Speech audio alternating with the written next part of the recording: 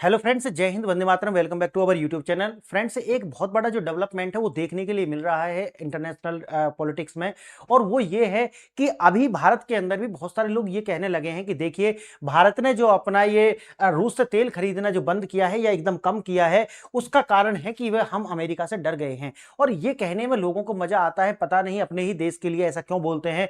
लेकिन आज मैं आपको ये बताने वाला हूं कि देखिए, भारत ने जो डाइवर्जन करा है, ये भारत की अपनी फॉरेन पॉलिसी का जो है एक केंद्र बिंदु है। और लगातार भारत ये कहता रहा है कि देखिए, ना तो हम डी डॉलराइजेशन के ज्यादा पक्ष में हैं, और ना ही हम ये चाहते हैं कि किसी भी जो करेंसी है उसका सेंट्रलाइजेशन हो जैसे कि डॉलर का है। यानी कि हम डॉलर के विरोध में जाकर के कोई दूसरा डॉलर पैदा नहीं करना चाहते, हम चाहते हैं डिसेंट्रलाइजेशन करेंसी के भी रूप में। और उसी तरीका से भारत ने कहा कि देखिए, हम ऐसा नहीं है, हमारे जो अपने नेशनल इंटरेस्ट हैं वो सबसे ऊपर हैं। इसीलिए अगर हमको सस्ता तेल रूस से मिलेगा तो हम रूस से तेल पहले भी खरीद रहे थे, अभी भी खरीदेंगे।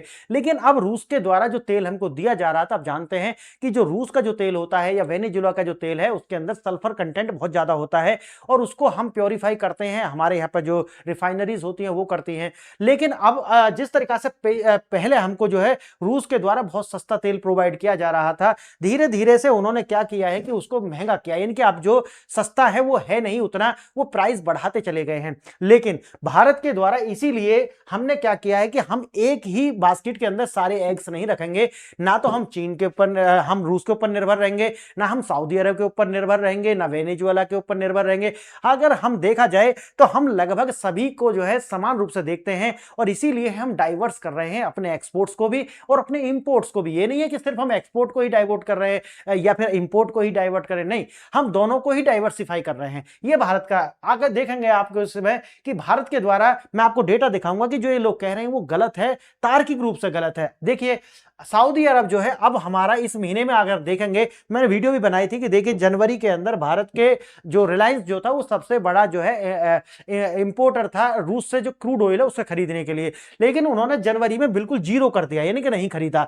अब उसके पीछे कारण क्या थे वो भी मैंने बताए थे कि देखिए, अब रूस जो है वो लगातार वो जो पीछे हमको ज्यादा डिस्काउंट दे रहा था वो दे नहीं रहा है। अब अगर हम रूस से खरीदें और फिर भी हम सैंक्शंस झेलें, उससे बेहतर है कि बिना सैंक्शंस झेले ही अगर हम दूसरे देश से खरीदें। नेशनल इंटरेस्ट सर्वोपरि, सीधी सी बात है। देखना, अब जो है हमारा आपूर्तिकर्ता जो है वो कौन बन गया है? सऊदी अरब बन गया है, जो लगभग हमको प्रतिदिन 1.13 मिलियन बैरल प्रतिदिन जो है हमको क्रूड ऑयल का प्रोवाइड करा रहा है।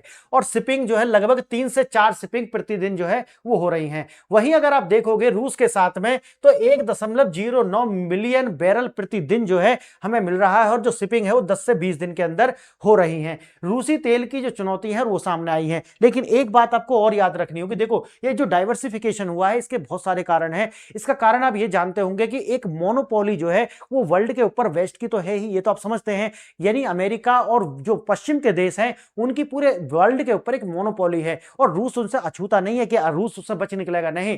देखिए, जितने भी ये कार्गोज होते हैं या तो वो फ्लैग के साथ चलते हैं, जो भी जिस कंट्री का वो होता है, या फिर अगर वो किसी दूसरे भी देश के फ्लैग या विदाउट फ्लैग चलते हैं तो आपको उनका क्या कराना पड़ता है? बीमा कराना पड़ता है। और ये जो बीमा करने वाली जो कंपनी है ये सारी की सारी कहां की हैं? ये वेस्ट की हैं, अमेरिका की हैं। अब सोचिए कि एक तरीका से अगर किसी भी तरीका से कोई कैजुअलिटी होती है, होती रहती है, जानते होंगे आप किस तरह की डकैती होती है, समुद्री डकैती का नाम आपने सुना होगा, तो भारत को उसको जो भुगतना पड़ेगा। लेकिन वही जब बात आती है कि जब सऊदी अरब हो या फिर दूसरे देशों से, वेनेजुएला से या अमेरिका से, कहीं से भी हम तेल खरीदते हैं तो उसका क्या होता है? पूरा बीमा होता है। लेकिन रूस के साथ हमारी ये समस्या थी कि नहीं, क्योंकि इनके ऊपर लगे हुए हैं एम्बार्गोज, इनके ऊपर लगे हुए हैं अमेरिका के सैंक्शन। समझ गए मेरी बात? अब सोचिए कि इतना सारा हम जो रूस को जो है, रूस को फायदा पहुंचाना हमारा उद्देश्य नहीं है, हमारे अपने नेशनल इंटरेस्ट हैं। तो अगर हमको सस्ता तेल नहीं मिलेगा तो फिर हम वहां से खरीदेंगे जहां से हमारे नेशनल इंटरेस्ट सर्व हो रहे हैं। आगे देखेंगे थोड़ा सा।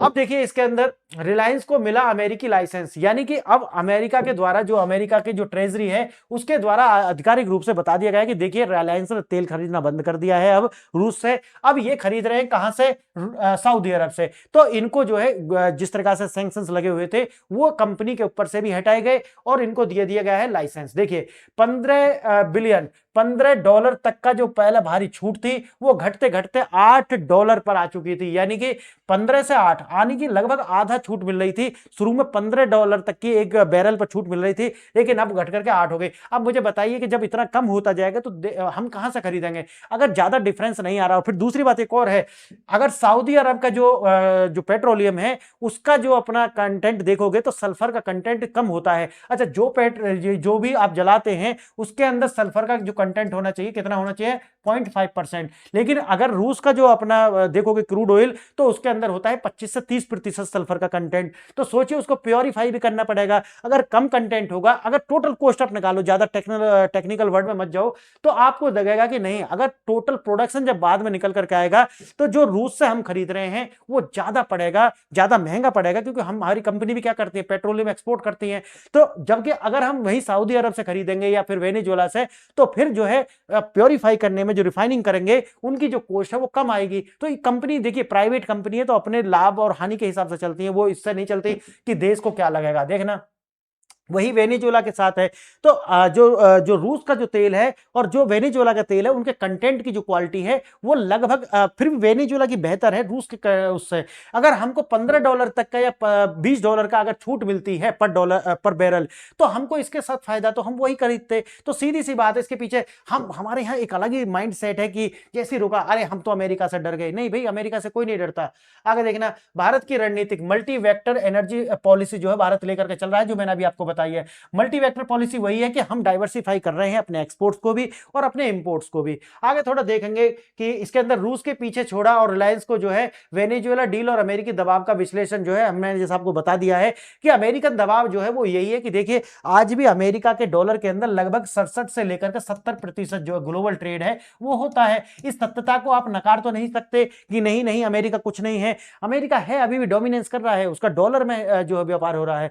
तो आपको ये स्वीकार करना पड़ेगा कि अभी हमारा जो देश है उसके लिए क्या बेहतर है। समझ गए, अमेरिका से लड़ना ज्यादा बेहतर है या फिर अभी हमको विकास करके आगे जो है एक विकसित देश बनना है। देखिए दो प्रश्न है आपको मैंने यहां पर रखे हुए हैं, ये दोनों प्रश्न आपकी मेमोरी टेस्ट करेंगे और साथ ही साथ आपकी नॉलेज टेस्ट करेंगे। आप इनका आंसर जानते हैं तो वेल एंड गुड, अदरवाइज आपको लास्ट वाली स्लाइड पर इनके आंसर मिल जाएंगे और बाकी डिस्कशन के दौरान तो आपको इनके आंसर मिल ही जाने वाले हैं। देखना क्वेश्चन है, ओरिनिको बेल्ट के संदर्भ में निम्नलिखित में से कथन दिए गए हैं, इनमें से 4 कथन है, इनमें आपको बताने होंगे कि क्या सही है। देखना ये 2 कथन है इसके अंदर, बताइए इनमें से कौन सा सत्य है, और 4 विकल्प दिए होंगे उनमें से देख लेना। यह दुनिया का सबसे बड़ा प्रमाणित तेल का भंडार है।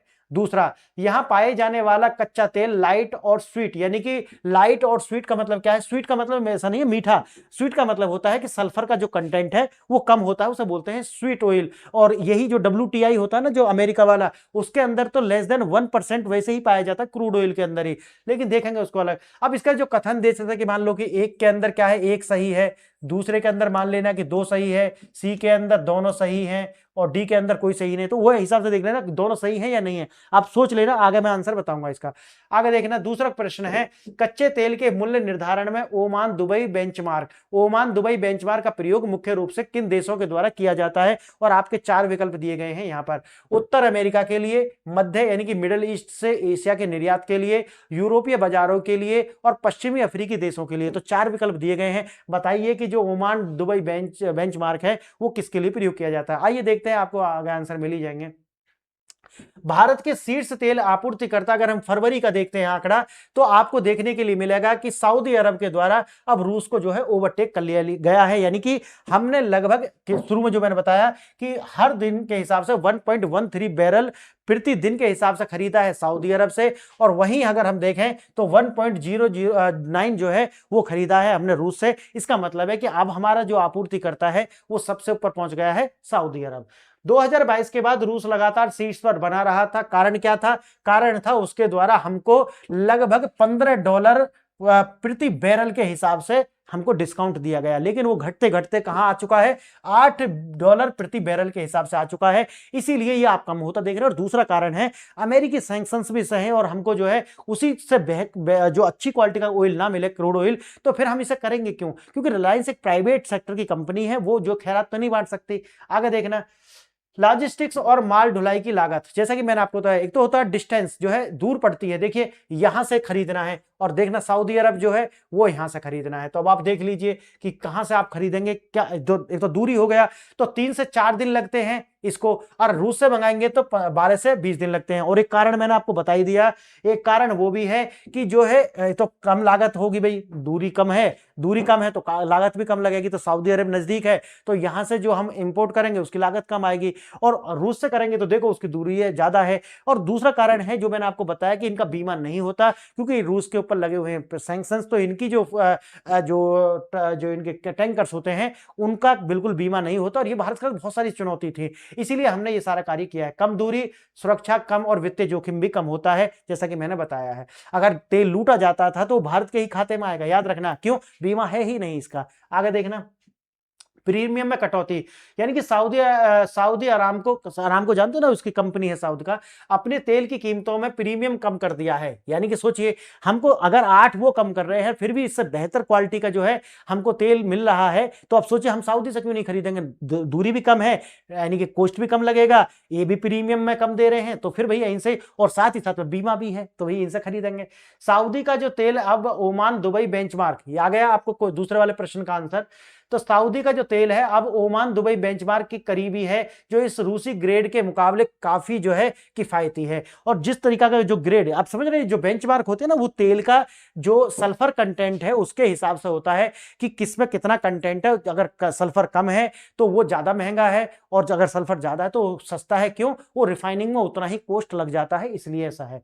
आगे देखेंगे, सऊदी अरब के पास अतिरिक्त उत्पादक क्षमता जो है वो है, जैसा कि आप जानते हैं, और ओपेक प्लस की रणनीति भी है। एशियाई बाजार में दीर्घकालिक पकड़ जो है वो बनेगी, और जानते हैं आप, इससे अमेरिका खुश होता है। कारण क्या है कि डॉलर मजबूत होगा, क्योंकि ये व्यापार जो होता है वो डॉलर में होता है जब भी हम ओपेक प्लस की कंट्रियों के साथ में तेल का आयात निर्यात करते हैं। जबकि जब हम रूस के साथ करते थे तो हम रुपया रूबल के अंदर करते थे, जैसा कि आप जानते हैं। लेकिन देखो समस्या तो है कहीं ना कहीं, इसीलिए हमने डाइवर्ट किया है। आगे देखना, भू राजनीतिक और अमेरिकी ट्रेड डील, जैसा कि आप जानते हैं कि अमेरिका के साथ में जो ट्रेड डील हुई थी उसमें हमारा लगभग $40 बिलियन का जो है वो सरप्लस हमारा है। समझ गए मेरी बात? लेकिन पहले हमारा कितना है? 47 बिलियन का पहले भी है, यानी कि प्रतिबंध के बाद में भी हमारा जो है लगभग $47 बिलियन का जो है सरप्लस था अमेरिका के साथ में। अब अगर टोटल जोड़ोगे तो अब $87 बिलियन का जो है वो अमेरिका के साथ में सरप्लस हो जाएगा। अब वहीं अगर आप रूस के साथ देखोगे तो हमारा ज्यादा व्यापार नहीं है, $8 से $10 बिलियन का सारा ही ट्रेड है। सोचिए, तो एक तो, और उसमें भी हम जो है डेफिसिट में है। अब सोचिए कि आप किसके साथ व्यापार करोगे? अगर नेशनल इंटरेस्ट ऊपर रखते हो तो ऑब्वियसली आप जो है अमेरिका के साथ व्यापार करोगे। तो भारत ने वही किया है कि देखिए, अमेरिका जैसा जो पार्टनर है उसको नहीं छोड़ सकते। कारण क्या है? क्योंकि इससे हमारा जो ट्रेड डेफिसिट है, क्योंकि अमेरिका के साथ में हम सरप्लस में हैं और वहीं हम रूस के साथ में माइनस में हैं। और दूसरी बात है जो मैंने आपको बताया, ऑयल का जो कंटेंट है, यानी कि जो क्रूड ऑयल है उसमें सल्फर का जो कंटेंट है बिल्कुल अलग है। और दूसरा बात है कि भाई दबाव, और ये तो सब देख ही जाते हैं, इंटरनेशनल पॉलिटिक्स है, ये तो आप समझ रहे होंगे। रूस से आयात में गिरावट क्यों हुई? जैसा कि आपको बता दिया है कि पहले छूट ज्यादा मिलती थी, अब जो है छूट कम है।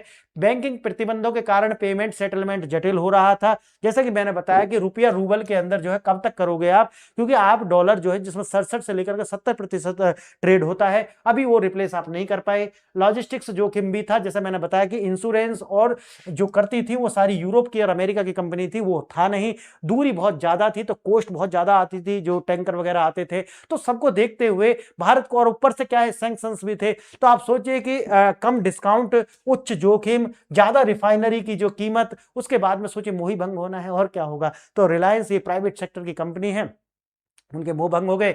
और ये जो डाइवर्जन है वो आपको देखने के लिए मिलेगा, और ये हमारी फॉरेन पॉलिसी के साथ भी जुड़ा हुआ है। तो फ्रेंड्स, आज मैंने आपको यही समझाया है कि देखिए, वेनेजुएला हो या फिर वो, अगर दोनों ही बराबर में ही डिस्काउंट दे रहे हैं तो फिर हम वेनेजुएला के साथ चले जाएंगे, क्योंकि हमारे नेशनल इंटरेस्ट जो है वो सबसे ऊपर है। मैंने आपको बता दिया, जामनगर के अंदर ही रिलायंस जो है इसको क्या करती थी, प्रोसेसिंग करती थी, इसकी रिफाइनिंग करती थी। जैसे कि अभी सस्ता विकल्प जो है हमारे लिए है, जहां से हमें सस्ता मिलेगा, यही तो बोलते हैं बार बार हमारे विदेश मंत्री भी, कि जहां से सस्ता मिलेगा वहां से खरीदेंगे। अगर सऊदी, इराक, ईरान, जहां से भी मिलेगा, वेनेजुएला सस्ता हो, सल्फर कंटेंट कम हो, कंपनी को फायदा हो, ये है हमारा जो है सर्वोपरि। और मैंने आपको बता दिया, जो स्वीट क्रूड ऑयल क्या होता है, जहां पर सल्फर की मात्रा कम होगी वो स्वीट है, और श्योर कौन सा होता है, जहां सल्फर का कंटेंट ज्यादा है, स्वीट होगा, जहां पर आधे प्रतिशत जो है सल्फर का कंटेंट है। क्लियर है? तो ये हो गया।